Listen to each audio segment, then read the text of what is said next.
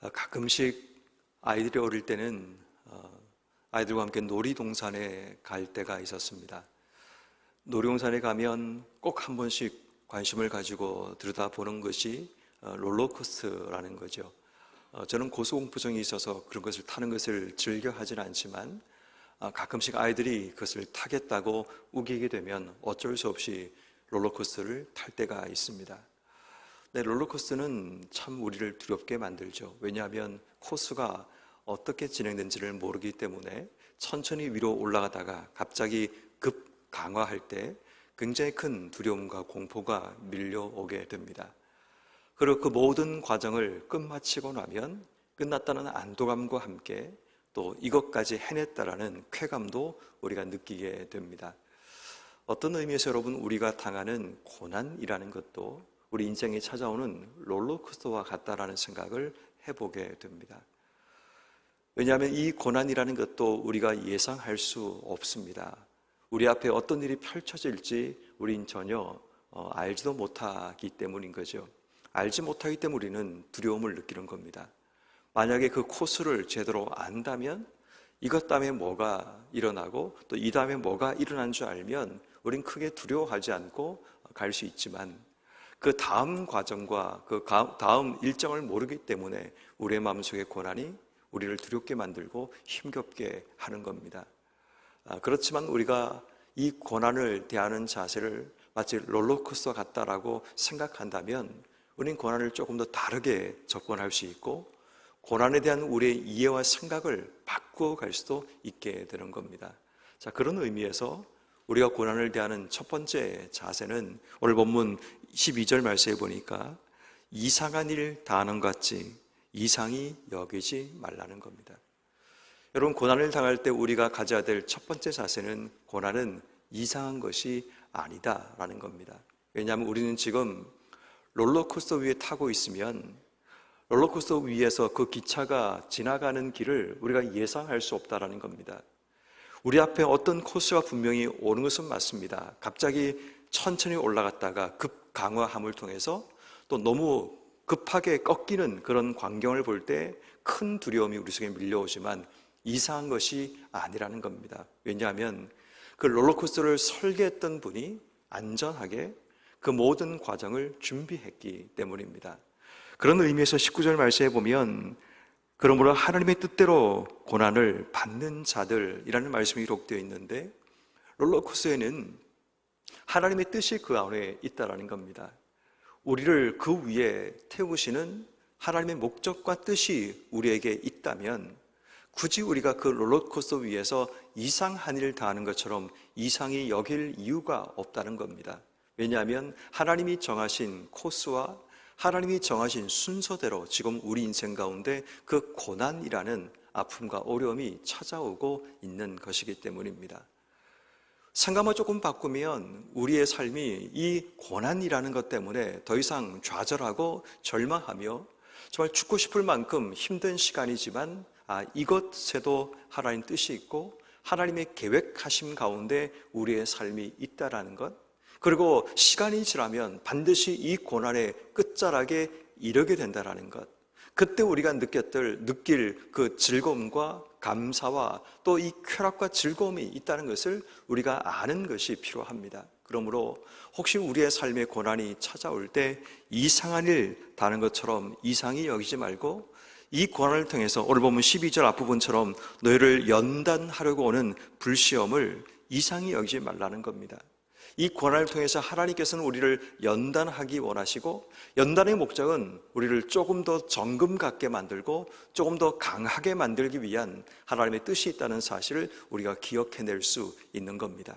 그러므로 여러분, 우리의 삶에 다가오는 고난, 그 고난의 종류가 무엇인지는 모르겠지만 그 고난을 대하는 첫 번째 우리의 자세는 이상히 여기지 말고 당연한 코스대로 지금 내 삶에 주어지고 있다는 그런 믿음으로 이 고난을 바라볼 수 있는 영적인 시각이 열리기를 주의 이름으로 축원합니다.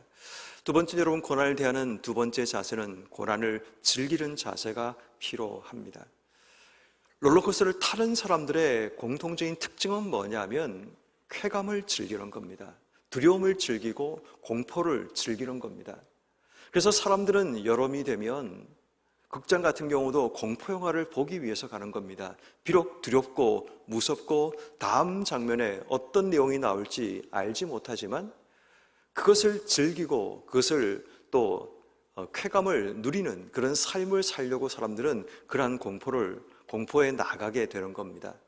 마찬가지로 우리에게 롤러코스터를 타고 있다면 시간이 지나면 롤러코스터의 끝자락에 이르게 된다면 우리가 그것 때문에 두려워하지 말고 할 수만 있다면 그 고난을 즐기며 살아갈 필요가 있다는 겁니다. 오늘 성경 말씀은 우리가 이 고난을 즐겨야 될 이유를 몇 가지로 소개하고 있는 건데 13절 말씀에 보면 너희가 그리스도의 고난에 참여하는 것으로 즐거워하라 라고 얘기합니다. 지금 우리가 당하고 있는 이 고난이 우리가 악한 행동으로 인해 주어지는 고난이 아니라면, 내가 정말 전혀 예상하지 못했던 그런 고난이라면 어쩌면 이 고난마저, 어쩌면 지금 이 공동체가 경험하고 있는 핍박과 고난이 지금 그들에게 다가오고 있는 고난이라면 어떤 의미에서 그들은 13절 말씀처럼 그리스도의 고난에 그들이 참여하고 있는 것이라고 이해할 수 있는 겁니다. 그들이 지금 당하고 있는 그 고난이 그냥 쓸데없는 고난이 아니라 그들이 그리스도의 고난에 참여하는 그런 기회를 얻게 된 거죠. 그것은 어떤 결과를 만들어내는가 하면 13절 뒷부분에 그의 영광을 나타내실 때에 그리스도의 재림의 날을 이야기합니다. 주님께서 이 땅 속에 재림하실 때에 너희로 즐거워하고 기뻐하게 하신다라고 말씀합니다. 주의 재림의 날에 우리가 기뻐할 이유는 구원을 경험하는 것을 이야기합니다. 우리가 당하는 고난을 잘 견뎌내게 되면 우리의 삶에 하나님의 구원이 우리에게 주어진다는 것을 이야기합니다. 그뿐 아니라 14절 말씀에 보면 그리스도 이름으로 치욕을 당하면 복이 있는 자라다라고 얘기합니다. 우리가 그리스도 때문에 고난당하는 그것은 우리에게 복이 되는데 영광의 영 곧 하나님의 영이 너희 위에 계심이라. 하나님의 영이 우리와 함께 그 고난 가운데 임하게 되는 그런 하나님의 복을 누리게 됨을 이야기하는 겁니다.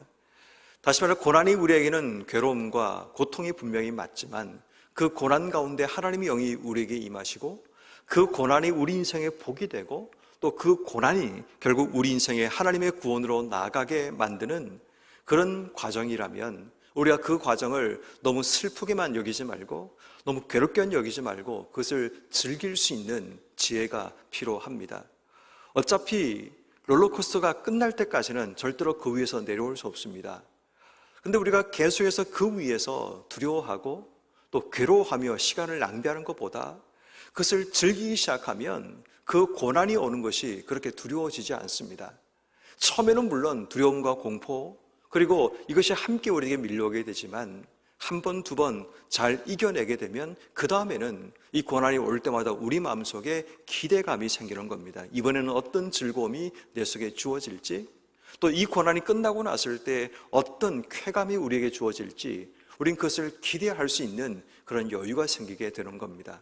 그런 의미에서 우리 인생에 다가오는 롤러코스터와 같은 이 고난의 문제, 이 고난의 문제를 맞이할 때 우리가 이 고난을 대하는 두 번째 자세는 이 고난을 즐길 수 있는 여유와 믿음이 우리에게 필요합니다. 결국 이 고난을 즐긴다는 것은 이 고난의 설계자에 대한 믿음이 분명히 있을 때 우린 이 고난을 즐기며 나갈 수가 있게 되는 겁니다.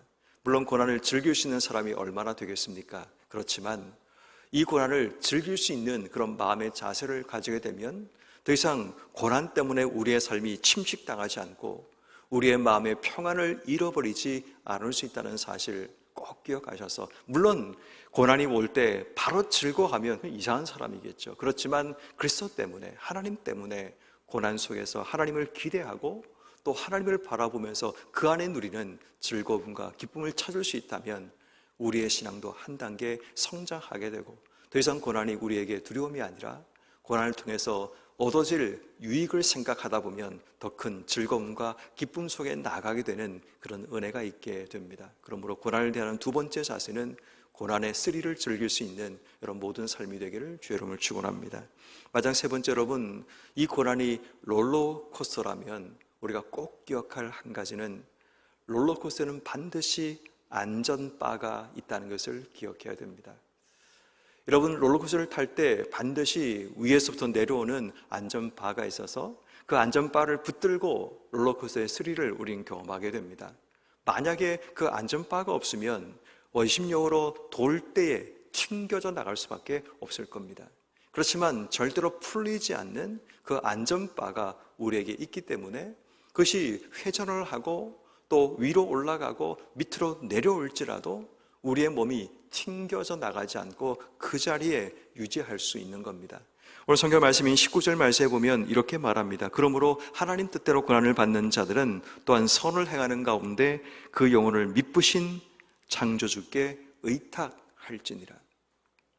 결국 우리가 창조주 하나님께 우리의 삶을 의탁하는 하나님이 우리 인생의 유일한 안전바가 된다는 사실을 기억하고 이 고난을 맞이할 때 하나님께 내 영혼을 맡기는, 내 삶을 맡길 수 있는 그런 지혜가 우리 속에 있을 때 우리는 더 이상 고난 때문에 두려워하거나 고난 때문에 좌절하며 살아가지 않는다는 겁니다. 왜냐하면 하나님께서 우리 인생의 고난을 넉넉히 이길 수 있도록 우리를 붙드시고 우리와 함께 한다는 그런 확신과 믿음 속에 인생의 삶을 살게 되면 고난도 그렇게 확신과 믿음 가운데 지나가게 되는 겁니다. 놀라운 것은 그렇게 한 번, 두 번 하나님이 우리 인생의 유일한 안전바가 되셔서 그 고난을 이겨내게 하는 그 경험을 가지게 되면 그 다음부터는 고난이 그렇게 두렵지 않습니다. 정말 그렇습니다. 그 고난이 두려운 문제가 아니라 하나님에 대한 기대감이 내 속에 채워지는 그런 은혜가 생겨나게 됩니다. 그러므로 여러분, 고난은 분명히 우리를 두렵게 만들고 우리의 삶의 힘든 부분이 분명히 많습니다. 누구도 고난을 좋아하지 않습니다. 누구든 고난이 오면 피하고 싶은 마음이 생겨나게 됩니다. 그렇지만 이 고난을 대하는 우리의 신앙적인 자세는 조금 달라지는 것이 필요합니다.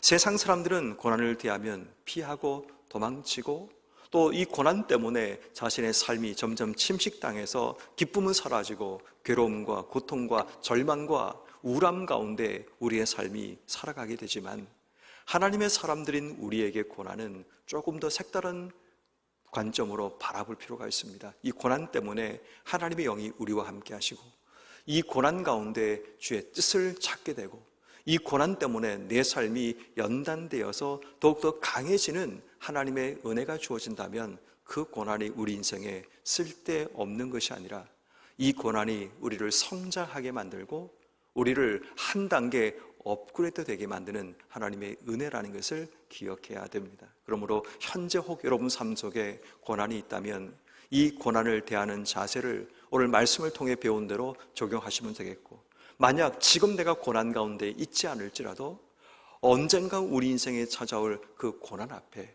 우리가 이 자세를 가지고 고난을 대하는 삶을 살 수 있다면 우리에게 고난은 색다른 의미로 우리에게 다가오게 됩니다. 모든 사람에게 고난이 없을 수 없습니다. 예수를 믿어도 예수를 믿지 않아도 모든 사람에게 고난은 찾아오게 됩니다. 그 고난을 대하는 우리의 자세가 신앙적으로 바뀌어지게 되면 우리 인생은 새롭게 한 단계 성장하는 그런 기회가 된다는 사실을 꼭 기억하셔서 고난을 통해 여러분과 또 여러분의 삶이 더욱더 풍성해지는 하나님의 은혜 속에 거할 수 있기를 주님의 이름으로 축원합니다.